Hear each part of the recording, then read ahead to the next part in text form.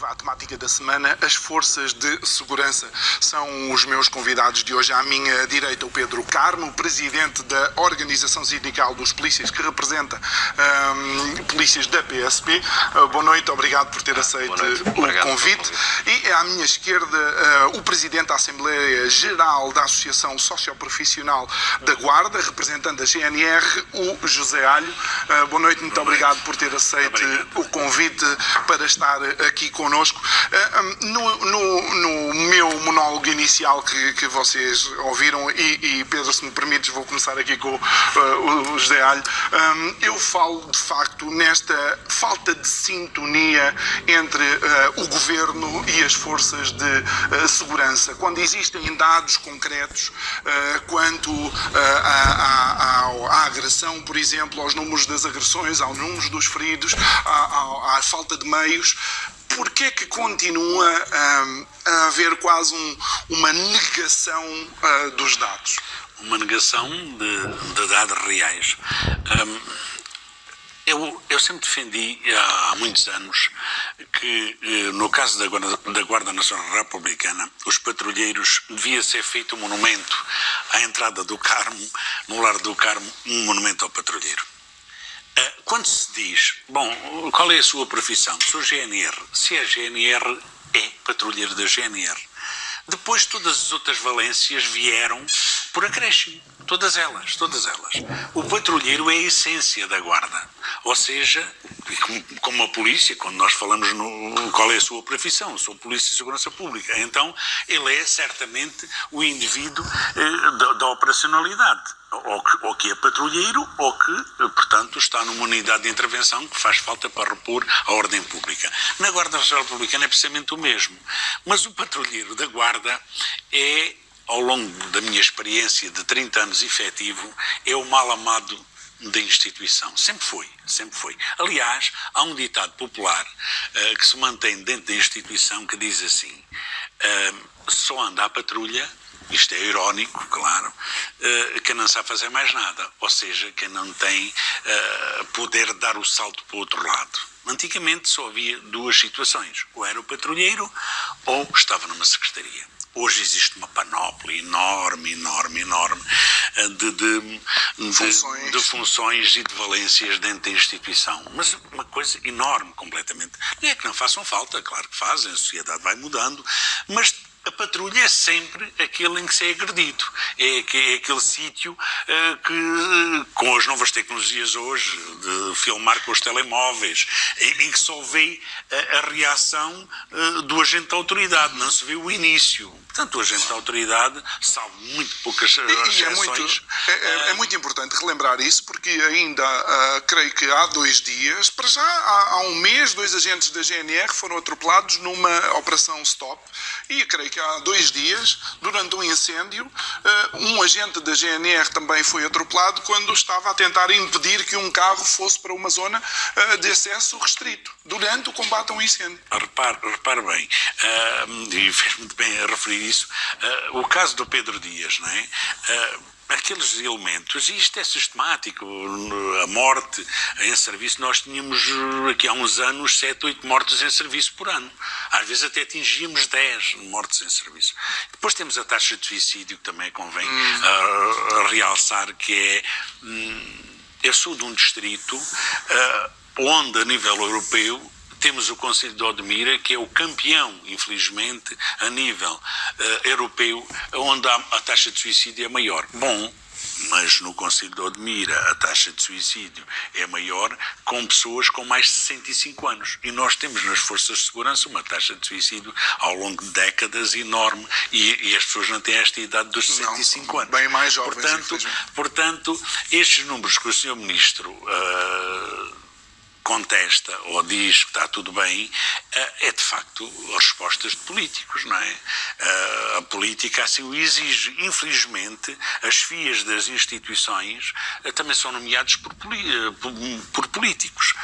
E então convém, nesta altura do campeonato, ainda por cima próximo das eleições, não levantar muito pó, mas isto é a missão das associações na GNR e os sindicatos da polícia denunciarem o que vai mal dentro da instituição. Claro. Pedro, utilizando e usando a tecla como a tecla ou a tecla do tom daquilo que nós queremos abordar, realmente dentro da PSP a situação é praticamente idêntica, porque aquilo que nós vamos vendo é que tirando determinados detalhes, as dificuldades das diferentes forças de segurança são praticamente idênticas. Sim, são idênticas. Portanto, naturalmente é assim, quem tem mais contacto com o público, é o caso do patrulheiro, tem sempre mais probabilidade de ter problemas. Claro.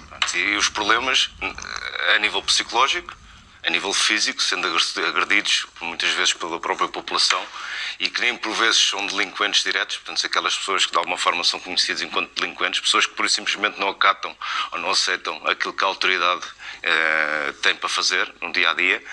E pronto, e o desgaste psicológico muitas vezes leva a que certos elementos das forças de segurança metam o mesmo termo à vida. Portanto, não há qualquer tipo de acompanhamento psicológico nas forças de segurança que garanta uma estabilidade claro. Emocional nos elementos das forças de segurança. Claro, portanto, e deixa-me só também dizer isto, porque eu tive acesso a esta informação e fiquei surpreendido enquanto ser humano, não é?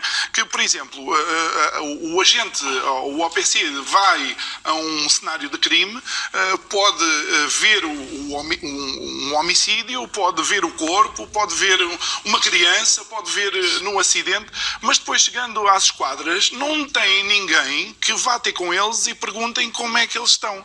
Têm que ser eles próprios a identificar que estão deprimidos e que têm que lidar com isto? Assim, a imagem talvez dos bombeiros e dos médicos, nós vemos um bocado de tudo. O que há mais pior, de mais feio, chamem-lhe o que quiserem. Na sociedade nós entramos em contacto com essas situações. Além disso, com cenários criminais bizarros. Assim, isto são coisas diárias. Pode acontecer a qualquer momento, tem que se decidir no momento, tem que se atuar no momento e, portanto, isto faz com que a pressão psicológica diária, contando com os serviços de turnos, contando com a responsabilidade que é ser polícia, portanto, de manter a ordem pública, ser responsável pela segurança pública, prevenção, combate à criminalidade, isto traz um desgaste muito grande psicologicamente. Isto são anos, não é um dia, não é um mês, são anos neste tipo de serviço. O patrulheiro, a pessoa que anda mais em contacto com este tipo de serviço, tem um desgaste psicológico muito grande que só é realmente validado ou observado ou se o próprio detectar ou se algum colega mais próximo o detectar, o que às vezes não é tempo. Claro. E isso leva-nos a uma outra pergunta que nós vamos tentar responder de seguida, que é quem deveria proteger os agentes? Seriam também as suas próprias chefias, tendo em consideração que realmente são estes agentes que estão no terreno a fazer a função da classe policial e das forças de segurança. Vamos ver uma pequena reportagem, depois continuamos a conversa com os nossos convidados de hoje.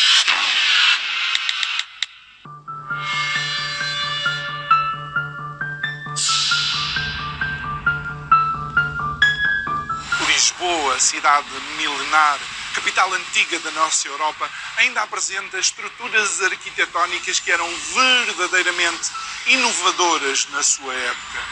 A verdade é que, com o evoluir do tempo, a arquitetura evoluiu, mas não só a arquitetura dos monumentos, dos edifícios, das estruturas físicas, também a arquitetura social portuguesa se transformou.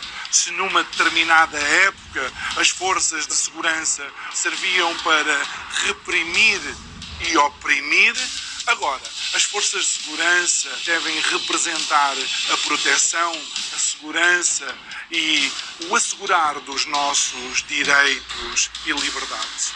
E isso é algo que deve ser constante para todos nós, cidadãos de Portugal.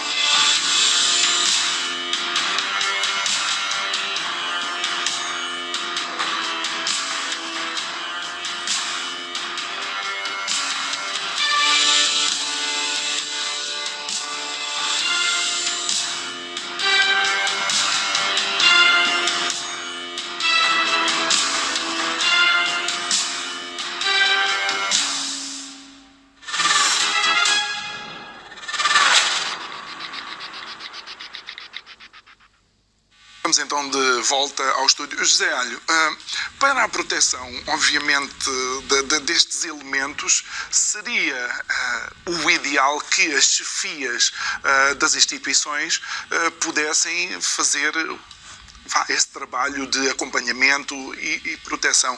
É essa a estrutura que existe atualmente, de olhar para o agente, para o patrulheiro, como uma peça que deve ser cuidada para continuar a desempenhar as suas funções? Tem havido, no caso da GNR, um desenvolvimento positivo nesse sentido, que é o Gabinete de Apoio de Psicologia.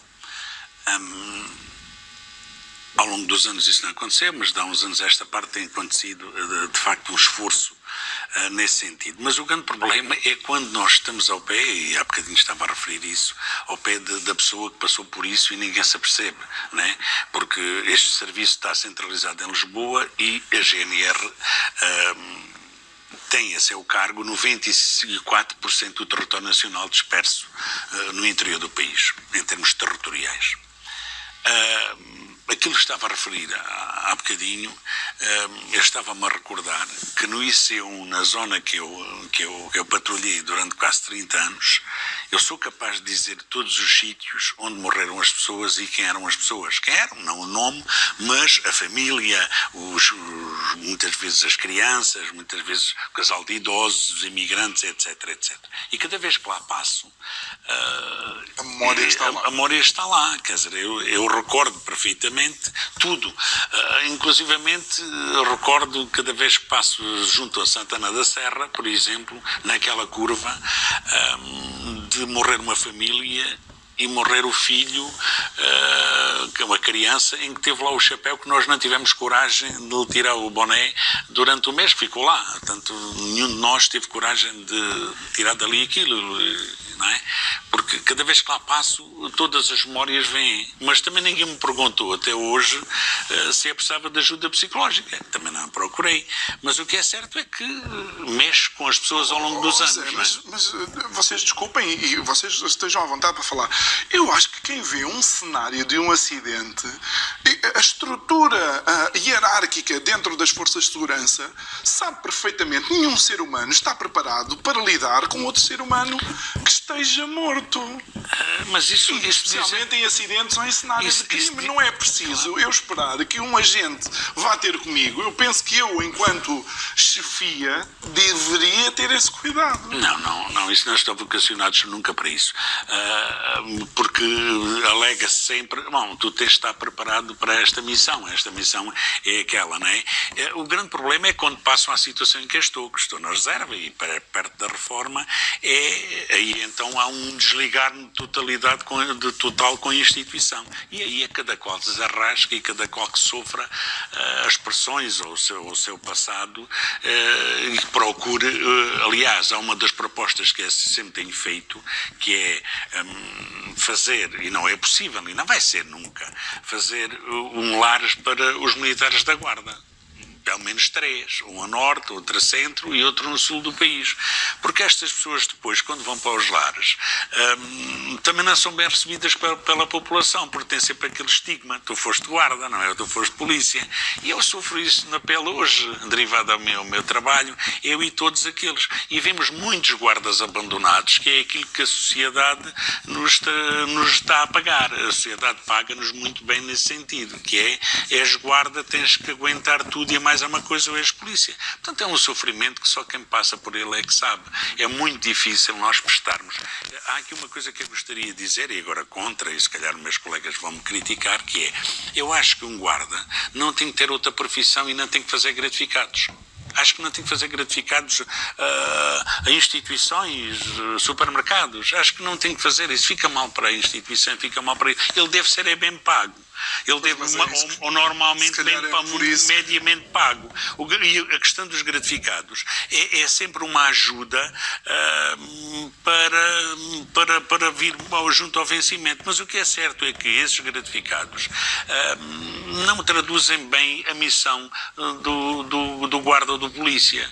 Portanto, para isso há empresas que devem fazer isso, e o polícia e o guarda, para mim, na minha ótica, e critica-me quem tem que criticar, deve ser bem pago e não fazer este tipo de gratificação. E Pedro, por exemplo, este tipo de situações não pode favorecer o poder político num deixar andar de um aumento salarial que deve ser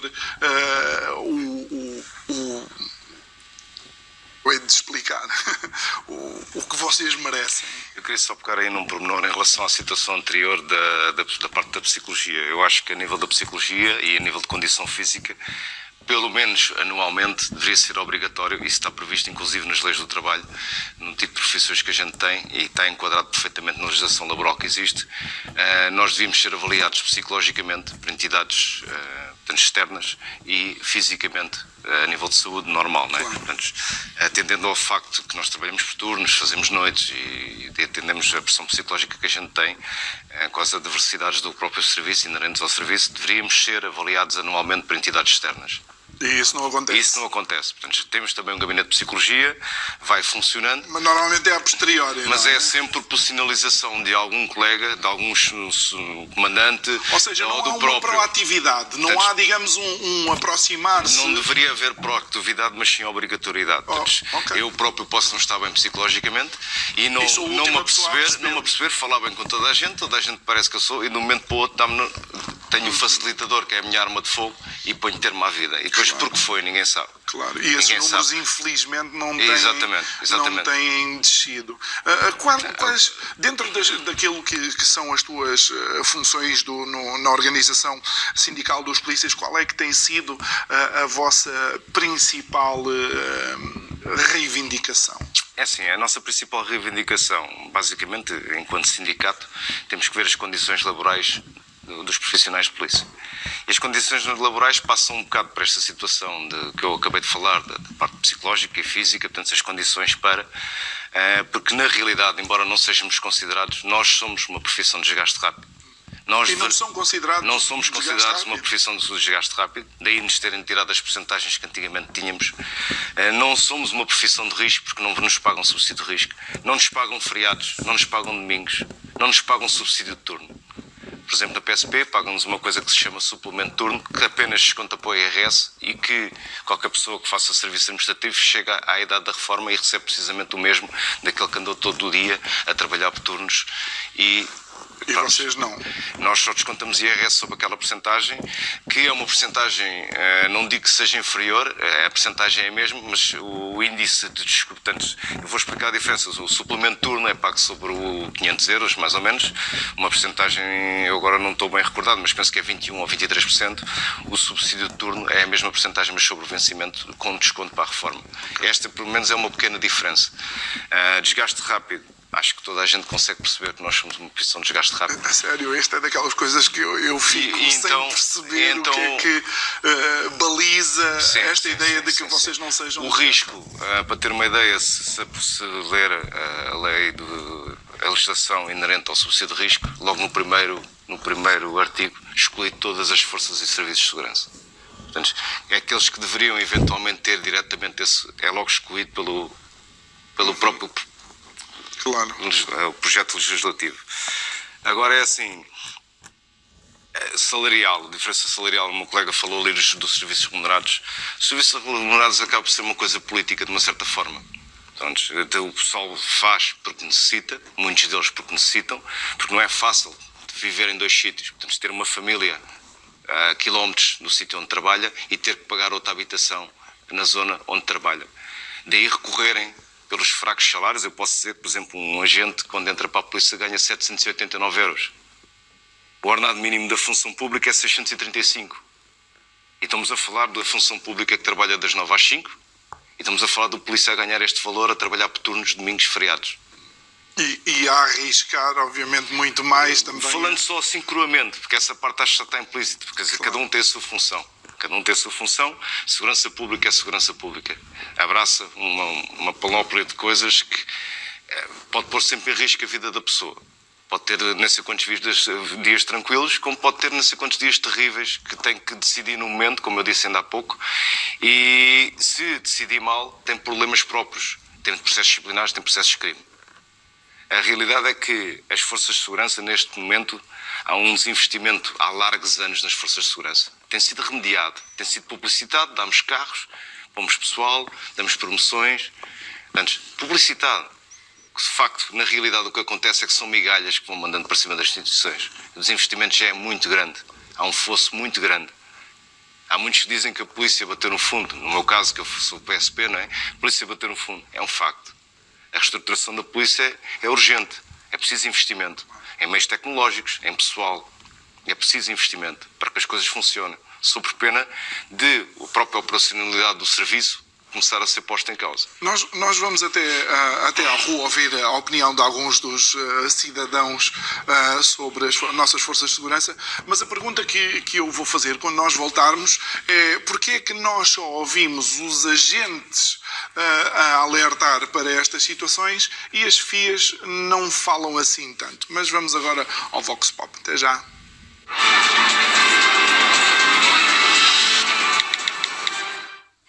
Na sua opinião, o que se poderia melhorar no desempenho da intervenção policial?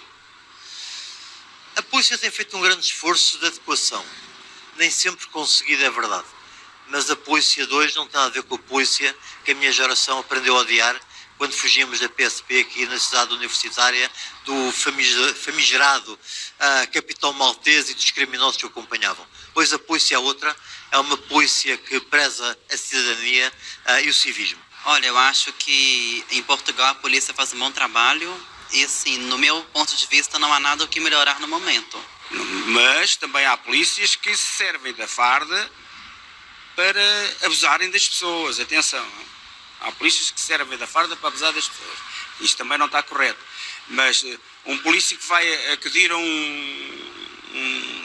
uma guerra, que se há para aí muitas guerras, está a ver aquelas guerras que eu quero dizer, é recebida à pedrada, à facada, e depois os polícias é que ainda são culpados, acho que está mal. Pela mínima coisa, a polícia põe logo um homem no chão, pisam-nos e algemam e não sei o que, aquilo que o outro, não está bem. Para mim não concordo com isso.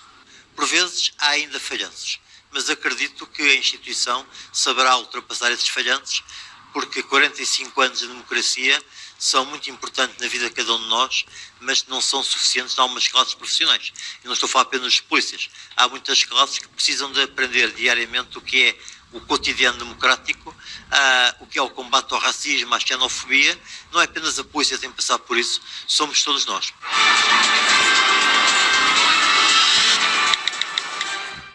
Estamos então de volta depois de ter passado pelo Vox Pop. O José Alho quer comentar ali algo que ouviu, mas depois a pergunta mantém-se. Porquê que só os agentes e também vocês, os representantes sindicais, é que vão falando e parece que as FIAs das Forças de Segurança mantêm um tom mais conciliatório? Ou talvez não.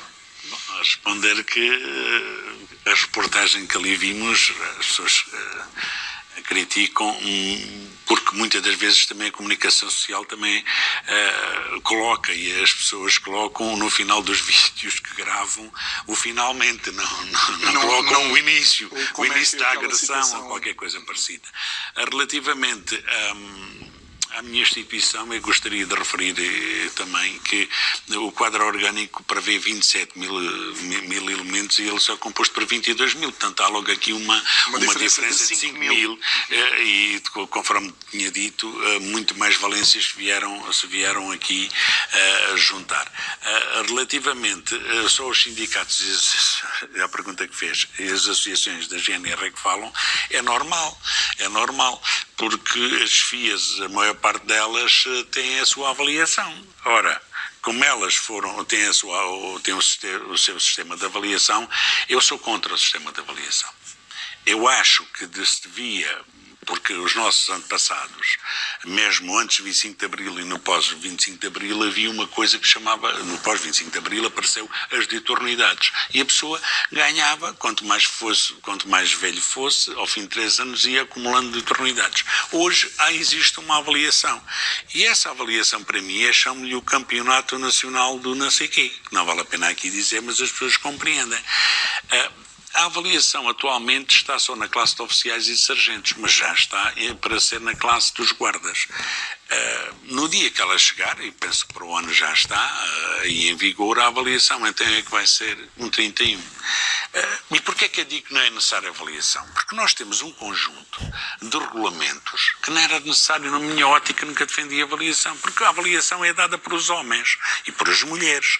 Ora, é sempre suscetível de meter mais pimenta ou menos pimenta.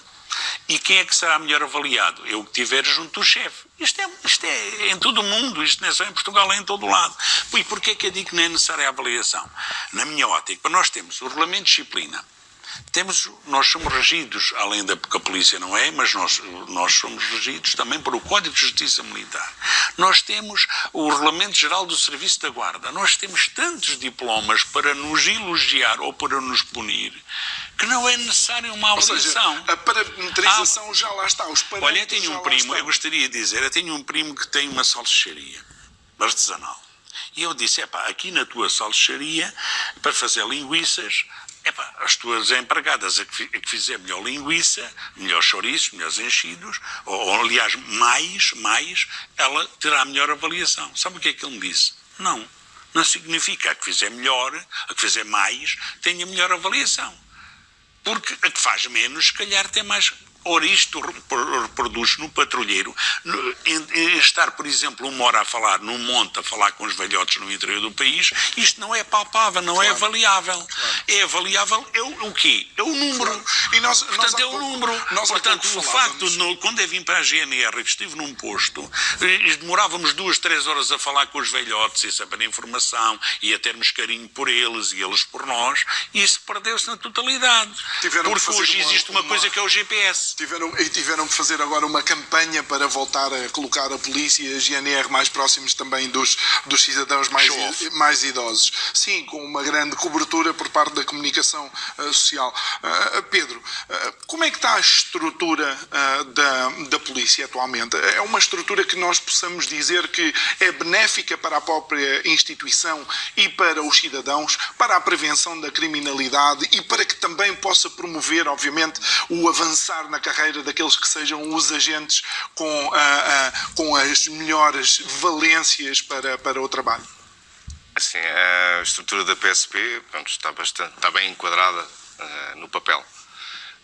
Está bem enquadrada. Existe realmente um rácio proporcional nas diferentes hierarquias, em que por cada X agentes há um chefe, por cada X chefes há um subcomissário, existe um rácio realmente que a nível de oficiais, por aí fora, de comissários, subintendentes, intendentes, superintendentes, portanto, há um rácio criado para que possam existir esse tipo de postos. O que tem acontecido nestes últimos anos, e não se entendendo bem porquê, é que na PSP a maior parte das carreiras são por concurso. Pronto, ou seja, só quando há por concurso, portanto não há a promoção automática, por exemplo, da agente para a agente principal. Há uma progressão. Pronto, tem que abrir um concurso e os que reúnem as melhores condições, nomeadamente a antiguidade, o que pesa basicamente mais acaba por ser a antiguidade, progride para o posto, dentro da mesma carreira, para o posto a seguir. Acontece que o rácio de progressões tem sido muito diminuto na carreira de chefes e na carreira de agentes em relação à da carreira de oficiais. Estamos a falar de oficiais que passam de subcomissário para comissário e por aí fora. Então vamos lá ver se eu entendo. Ou seja, neste momento, em termos de progressão, um oficial progride com muito mais rapidez e tem mais postos por onde progredir do que propriamente os agentes. Estamos a falar que a carreira de oficiais tem mais postos que a carreira de agentes e de chefes, que só tem 3. A carreira de oficiais tem mais postos e eles quase conseguem chegar do início ao fim da carreira, quase até ao último posto, e os agentes e os chefes não conseguem. Mas isso também representa mais dinheiro, não? Sim, os aumentos salariais são diferentes do que dos agentes e dos chefes. Portanto, as passagens que aquilo são por índices, não é? Um agente para agente principal, dependendo do índice onde estiver, poderá ter um aumento de 150, 200 euros. Um subcomissário para comissário tem logo esse valor. prontos, ou mais qualquer coisa que isso. Mas isso significa também que podem chegar a determinadas funções oficiais com tenra idade, e não tenho nada contra a pessoa ser nova, não é? Mas eu creio que a experiência aqui também deveria contar. A experiência neste momento na polícia é posta de uma forma um bocado diferente. Portanto, temos a experiência de organização, que é dada e ministrada no Instituto, e temos a experiência no terreno. Está a haver de alguma forma, desde que acabaram com os oficiais de carreira, portanto, que era aquele indivíduo que entrava como guarda e ia subindo até oficial. Isso acabou há um tempo atrás. Eu não sei a data precisa, mas já acabou há algum tempo. E os últimos oficiais de carreira estão-se a reformar agora nos próximos anos. Os poucos que ainda existem. O que é que isto acontece? A experiência de rua, mesmo que queira ser adquirida pelos oficiais que saem do Instituto, nunca é tão perfeita como alguém que já passou pelas diferentes carreiras. Porquê? Porque eles têm o serviço deles burocrático para fazer, o serviço de organização do policiamento, e não têm tempo também para andar na rua a verificar ou a perceber como é que as coisas funcionam. É como se chama o by the book. Mas como é que... Bom, mas isto parece um paradoxo, não é? Porque quem não sabe como é que a rua funciona, como é que pode dar diretrizes a quem funciona na rua? Repara, eu fui criado... um patrão do meu pai era inglês. E o patrão era o que mais trabalhava, não é? Era o trabalhador número 1 e sabia mandar. Para poder mandar. E isso o colega está a referir muito bem.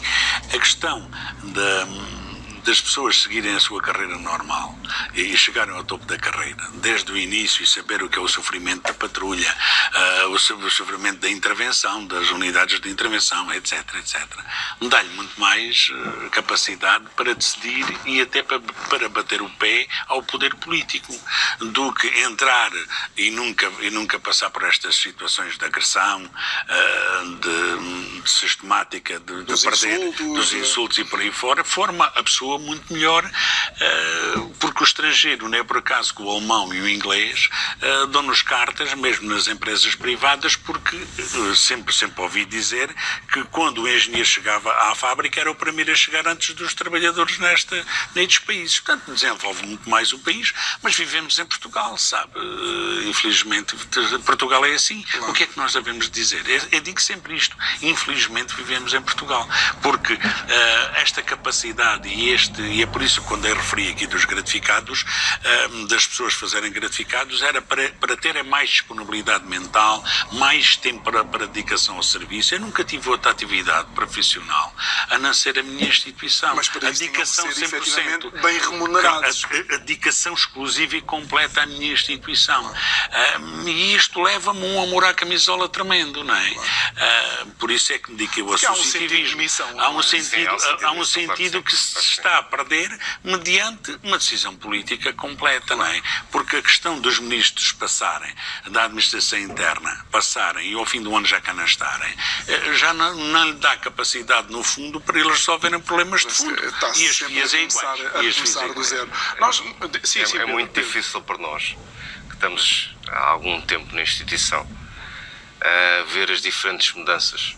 Eu já estou ligado, inclusive, ao sindicalismo há algum tempo, portanto consigo falar de duas maneiras, e entristece-nos quando a gente poderá dar algum contributo para que as coisas funcionem de outra forma, alguma sugestão, algum contributo, e esse contributo muitas vezes não é tido em conta.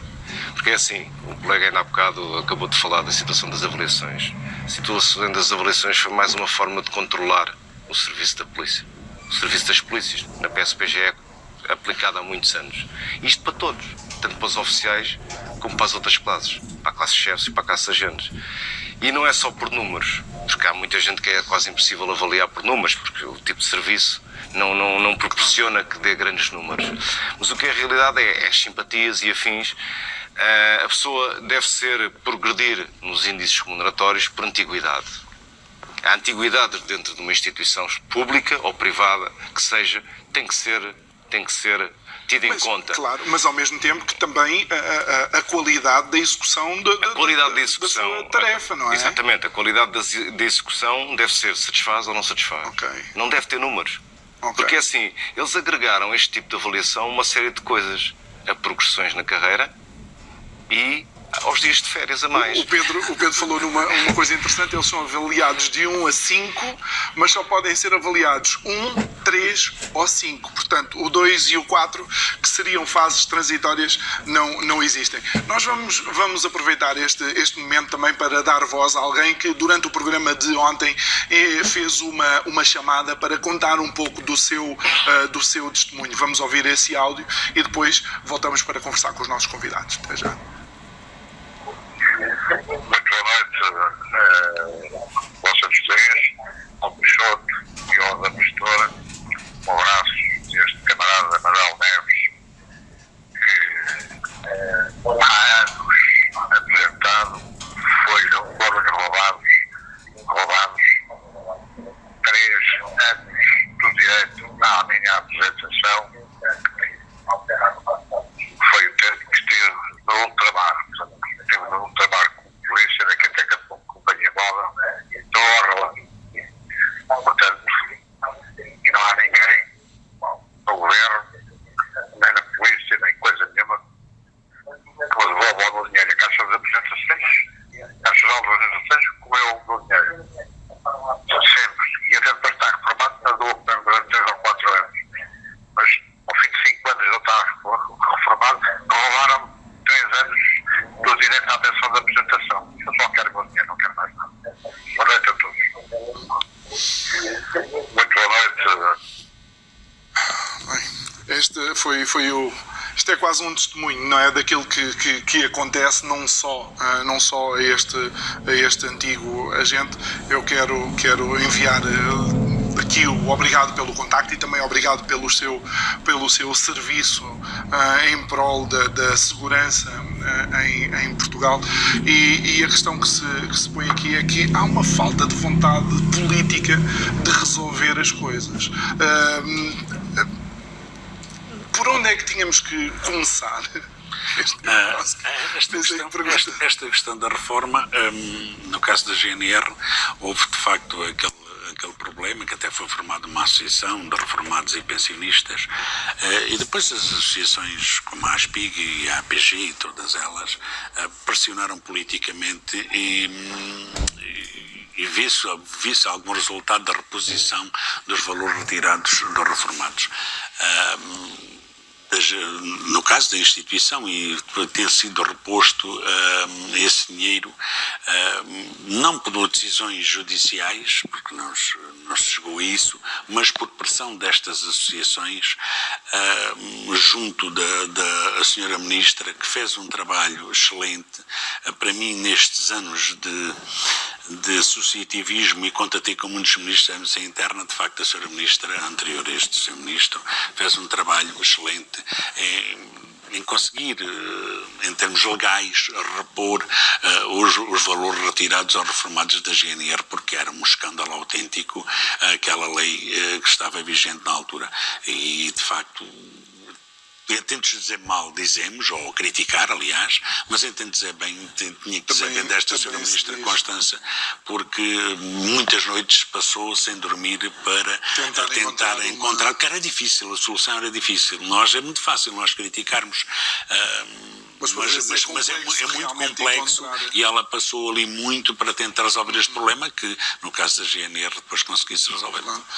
Pedro, estamos a aproximar-nos de uma nova legislatura. Diz. Só queria fazer referência a uma coisa, e daí precisamente pela aproximação de uma nova legislatura, e entendendo que o paradigma das forças de segurança é mais que visível que não está bem, é importante que o poder político compreenda de uma vez por todas que a segurança é necessária, segurança pública é necessária, a própria economia depende da segurança, e que as forças de segurança, os profissionais de polícia, têm que ser tratados com igualdade mediante os outros cidadãos, têm que ser pagos mediante as legislações laborais, têm que ser considerados conforme o outro cidadão.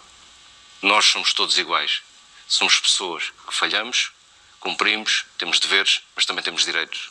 Claro.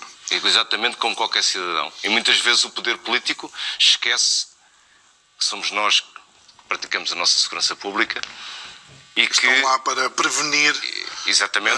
E também para impedir que a criminalidade... Mas esquece que nós somos iguais aos outros. Claro. Muito bem. E é por isso que nós temos estado aqui a conversar convosco. Agradeço muito a vossa participação e agradeço também a todos vocês o terem acompanhado e termos a noção que a Polícia de Segurança também é composta por homens. Boa noite, até amanhã.